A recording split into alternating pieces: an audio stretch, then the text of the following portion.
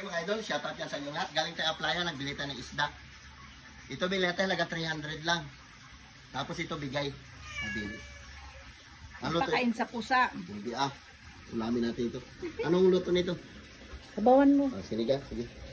Planggana. Pre, pakibot pa rin planggana, pre. Sinilaw. Ito, bigay lang ito. Idol.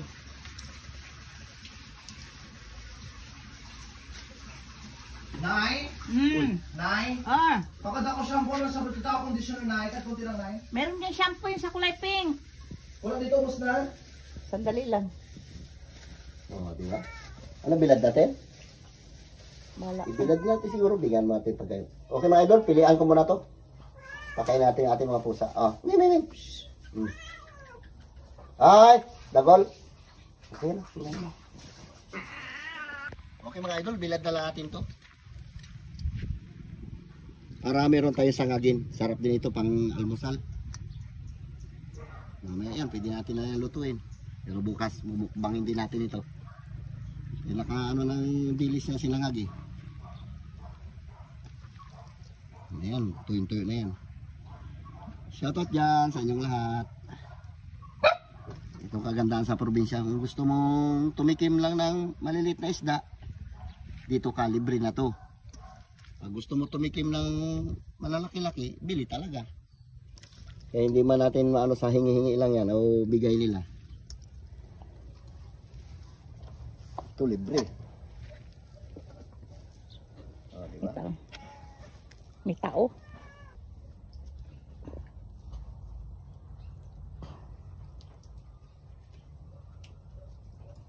Yung kulay dilaw dyan, conditioner yan.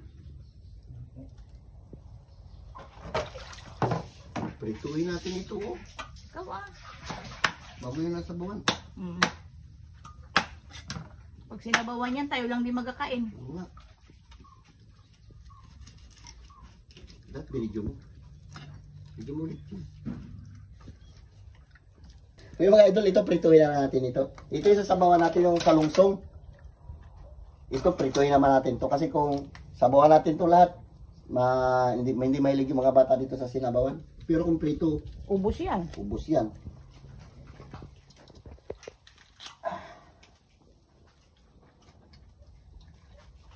Okay, abang-abang lang mga idol.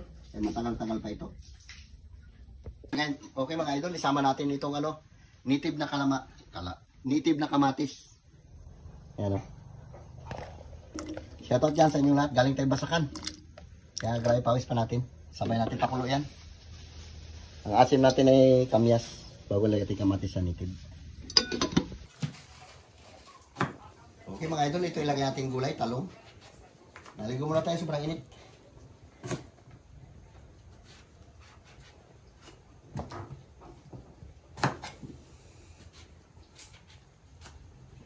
Kulong-kulong na yung ating ilagay natin yung ating isda. Yan ang gulay niya. Ang tawag sa isda na ito ay salungsong o apahap.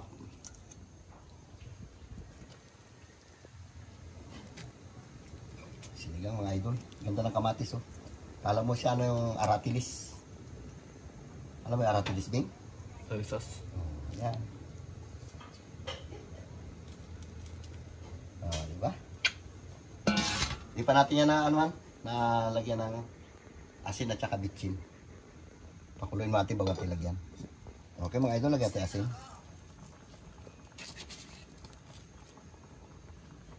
Tapos bitchin. Okay na yan.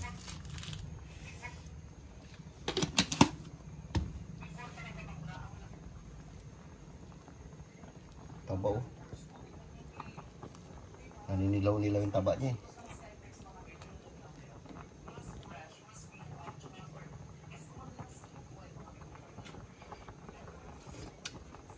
Oh. Kalimutan ko may talong pa pala.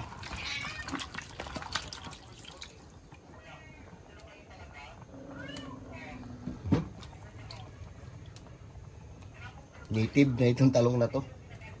Maliliit. Mga ano na siguro to yung huling harvest. Binili natin to ng 50 ang kilo. Jot! Okay mga idol. Yan lang ang luto natin, talong. Okay na yan. Okay mga idol, may bisita tayo palang parating. Ito lang yung paulam natin sa kanila. Shoutout dyan kay Karoka TV. Siya yung papasyal dito. Ipaulam natin sa kanila to. Isda. Kasi galing na sila sa syudad. Sawa na sila sa karne. Isda naman ang birahin nila. Sinigang, tapos meron tayo prito. Pasensya na mga idol, ito lang mapapaulam natin sa ating bisita. Eh, hindi man natin alam na ano, bigla man dating nila. Sinigang. Tapos lagyan natin ng talong. Luto na yan mga idol. Kaya na tayo. Ayun guys, si Karoka, nandito sa akin. Dito si Karoka TV, nag-visit si Karoka TV kasi nag-vlog kami tayo. Ay, Boss ko, kasama ko ng pastor. Tuloy po kayo. inoriyan ko na sa bunganga. Ay, tuloy po kayo. Okay. Dito ka, Bia. Hindi kaya- Hindi lumaki ka na, Bia, ha? Siya yung mas kilala ni Dwight. Service ng nagbisita dito sa bahay. Ayan sila kumakain.